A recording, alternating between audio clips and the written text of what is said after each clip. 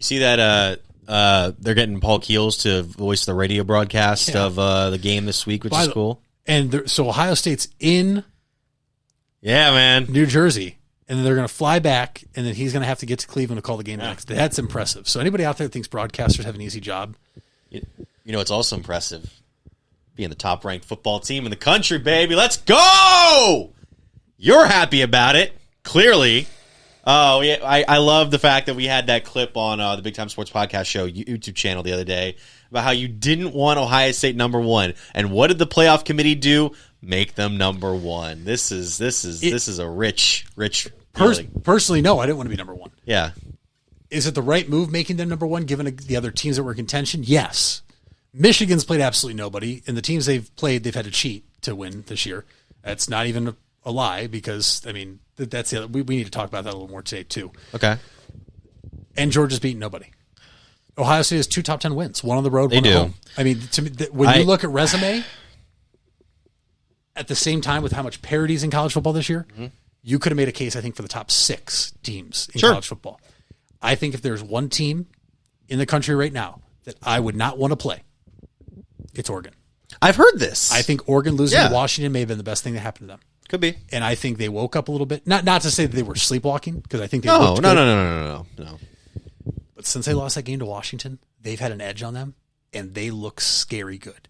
And I'm intrigued to see if Washington now with this, Washington has pressure on them because who was the team from the Pac-12 when the season started? Everybody thought was going to be the top team. USC. Where are they at in the rankings? I don't even know. 20th. Yeah, they're done. Yeah, now they're done. Utah's done. We knew they were done after 1 loss, probably. 2 losses, they're definitely done because their other wins, they barely got past Arizona State. Their defense is horrific. Yes. They have a Big 12 coach at a Pac-12 school that brought the Big 12 defense with them because Big 12 doesn't play defense. And that's exactly what's happening at USC. I think Washington's going to feel the pressure now knowing we're the last team before things could get hairy to where if we don't control our own destiny, we're probably out. Oregon, I think, has the path where if they just went out, they're going to probably be in. And call me crazy. We have to see what happens with Michigan first. Well, yeah.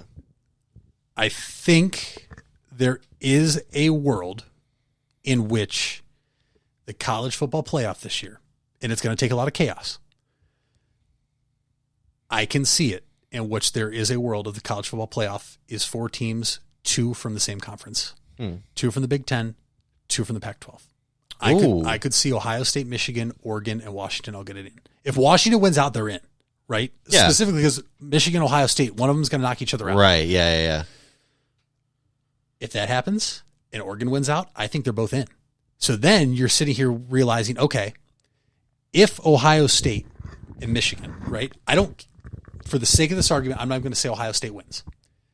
If that is a closely contested game in the Big House and Ohio State were to lose by 3, okay, game-winning field goal, let's call it 34-31. Yeah.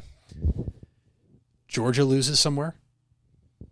Where they're going to lose, I don't know. I think your argument then becomes: are they going to take a 1-loss Georgia team that has absolutely no big wins in the season? Okay. Or are you going to take a 1-loss team that lost on the road to their 3rd top 10 team in a close fashion? That makes sense. But that's the thing is I think you can make an argument for almost anybody to get in right now because of how wide open college football is right now. You can't sit here and tell me who the top team in the country is. If Georgia's going to lose, it has to be in the SEC championship game because if they were to lose in the last couple of weeks and then go back to win the SEC title, then they're going to hold that against whoever loses the Ohio State Michigan 100%. game. That's why I think. But the flip side, if Alabama beats Georgia, does Alabama get it? Jesus. But Alabama hasn't. Alabama hasn't looked good, but at the same time, they're getting better. They are. It's scary. By the way, we're completely forgetting Florida State, who's probably just clinched they've got it. The ACC this year. But if they were to lose, and they've had some close games too. Yeah, they have. I mean, what Boston College? Boston College nearly lost. Was a close one. Yep.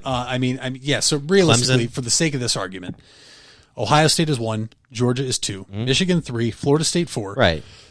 If the college football playoff started today, it's those 4 teams. And it helps that we're at Michigan this year, so it's a little harder to win there. So the committee may be like, well, it was at their place. And if it's close, then you have an argument there. And it wasn't even close last year in the game we lost to Michigan at home. And we still got Well, it got away from him at the end, yeah. Right. Now, why did it get away? Because we basically gave up, and yeah. Well, I mean, that did you give up because you were frustrated? Did you give up because they were frustrated because some things might have been going on? We don't know. I mean, well, the video surfaced this week. I'm keeping an open mind. The video surfaced this week of one of the most famous people in America right now, Connor Stallions, on the sidelines saying, "Run right." Michigan audibles the defense. They stop Ohio State. Right. We'll stop there. But is it speculation? I'm for my sake. I'm saying yes. I'm not going to say it's speculation. You can go ahead and say that. There's too much evidence right now. I don't know if you saw yesterday. Says this. Purdue, like most college teams, right? Every university or program has some sort of show they do with the coach once a week. Yeah. I don't know if you saw this yesterday. Michigan is at Purdue this week. Yes. Did you see what Purdue's head coach said? I saw he said something. I don't know exactly what he said. He said he's not sure why a punishment hasn't been handed down yet. He said this is not allegations. He said there's proof. To his point, you have a trail of where you can trace the ticket purchases from. You have video evidence of this man in another team's coaching gear on the sideline at a game in which Michigan wasn't even playing. That I know is true. And then you have the proof of him standing next to the offensive and defensive coordinators last year at Ohio State, telling him what the defense and offense for Ohio State were calling with the signals. And he said he thinks punishment should be handed down now. I'm intrigued, Mitch, because let's not forget, all this came out, and then Michigan, I believe, played Michigan State 2 weeks ago. And then Michigan wanted to bye. Where is Michigan at right now? Where are these players at right now? Where's Jim Harbaugh's head at right now? This is a man that was just about to get a contract extension, making the highest paid coach in the Big Ten. And they rescinded it. There's now another report that a Michigan staffer had an issue, which that is allegations. We're not going to talk about that because there's no proof in that one yet. As far as the cheating scandal, there's more and more coming out every day.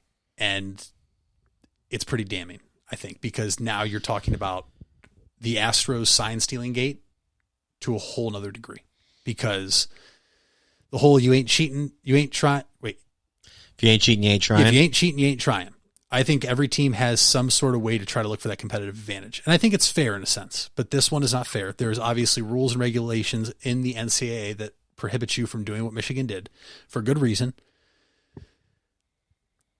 I'm still concerned though, because like most people, I don't think that not that it's ever at the top of your mind. Mm-hmm. College football playoff. College football, NCAA. Mm-hmm. The college football playoff is not associated with the NCAA. The NCAA could put down a punishment, and the college football playoff committee could say, yeah, Michigan's still winning games. We're going to take them though. Right. Which to me is absurd. I think that sets the wrong precedent that tells people like, yeah, do whatever you have to do to win. If you win, you look like a good team, we're going to take you.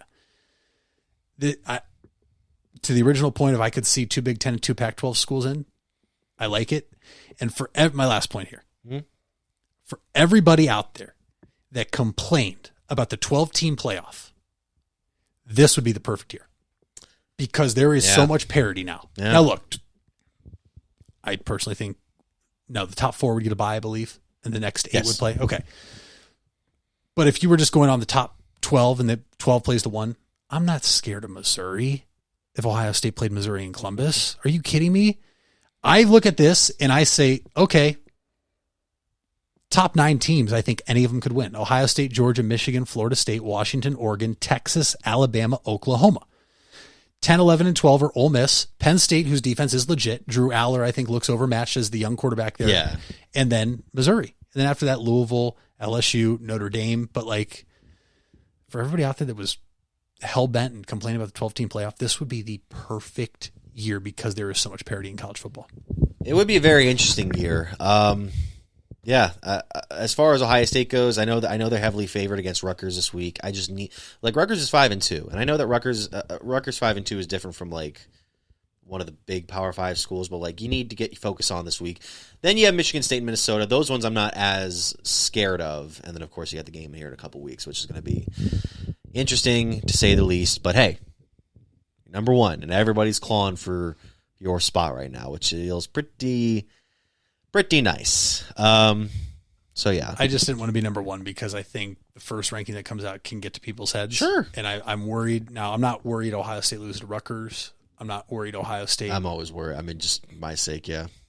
For some reason, I'm always worried whenever Ohio State plays at Maryland. And I think back to the game with Dwayne Haskins. At Maryland, okay. Remember the year Dwayne Haskins was quarterback, and I think Ohio State was Yes. 52-51 was the final, something like that. They won. Oh, yeah, It was the week before Michigan. It's the typical trap game, right? Yeah. Now this year, thankfully, Ohio State plays at home. I'm more scared playing at Purdue and at Wisconsin are my two ones where I'm like, We got those out of the way. Maybe Iowa, but yeah, I would but too. not this Iowa. But No. yeah.